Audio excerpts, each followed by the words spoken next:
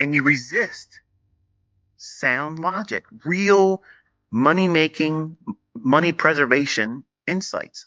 That I went through this stuff. I had to lose a lot of money to learn these lessons, and I'm trying to very much remove the necessity for you to go through that same stuff. And you don't want to listen, like my own kids. They don't listen. You wonder why my own sons do the things that they do? The same reason why you ain't listening to me. Just because they have my DNA in them doesn't mean that they're gonna. Oh, no, well, yeah, it's a symbiotic relationship. I'm ICT's offspring. It's whatever the main one says. All the ones like there's this relationship where whatever, it's a hive mentality. The word escapes me, but it's kind of like the show The Last of Us. The fungus, whatever one fungus feels or experiences, they all feel at the same time. That doesn't happen because they're my kids. They're discovering themselves too. And they're discovering that they're human. And guess what humans are? We're terrible decision makers.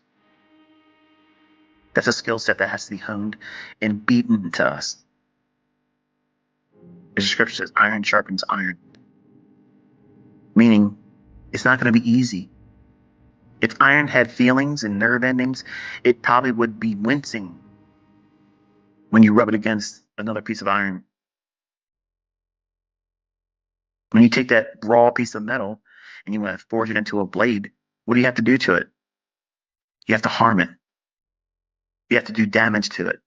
You got to take its useless edges off and make one useful edge. That edge is your edge that you're going to use as a weapon or a tool. Knife, a blade.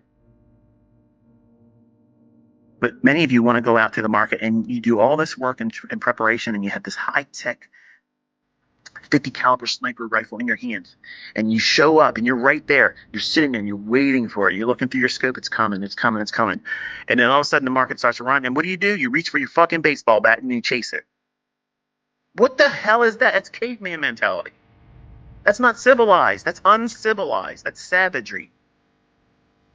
We're waiting for the mark to walk into the crosshairs, gently hug the trigger, and be confident that we have executed precisely what our model is expecting us to do.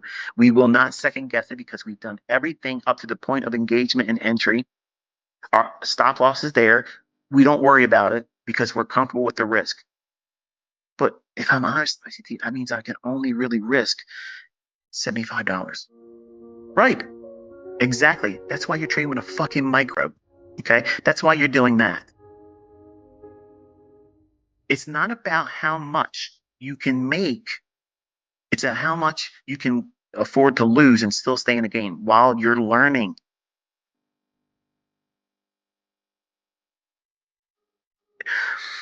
For the folks that says you can't make money with a micro, oh, you can't make money with a micro account. You got to have this and that and the other thing. You are not versed in math. You have no idea. Rudimentary math is escaping you. Because if you can have a model, whatever it is, it doesn't have to be my stuff. I'll say it again. It doesn't have to be what I teach. It could be anything out there that causes you to have a decision. If you risk very little and you're very, very good at managing money and don't overtrade, you can be profitable doing this. You're going to have a lot of losing trades, and that might not sit well with some of you, most of you. In fact, 99.9% of you, whether you are a profitable student or trader with my stuff or something else, you might be just listening to this and not even a trader. You're like, I use Elliott Wave, and I've made money, and this, that, and other thing. Okay, you made money because you are able to weather the losing trades. But nobody wants to warm up to the idea that you're going to lose a lot at the beginning. You're trying to avoid that. When the whole secret is to do that very thing in the beginning. Because all the lessons that it teaches you removes the invitation for you to take that motivation and let it become impulse. If you have gone to the stage of now you're in that position where the trade that you're going to enter has a real risk of failing a funded account or drawing down in a funded account combine or losing real money in a live account, If you got to that point and you have not, if you have not overcome this worrisome thoughts of what am I really looking for? Where should I place my stop loss? Am I comfortable with what I'm risking here? Is that stop really hard? Is it there? Is it, or is it implied or a mental stop? Because they don't work. Try to use a mental stop on a CPI. You're going to be mental afterwards. You're literally going to be warped.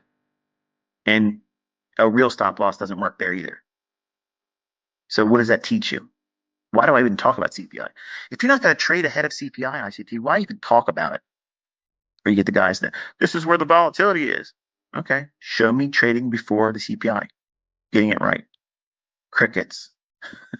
And the ones that try get their asses handed to them in devastating fashion.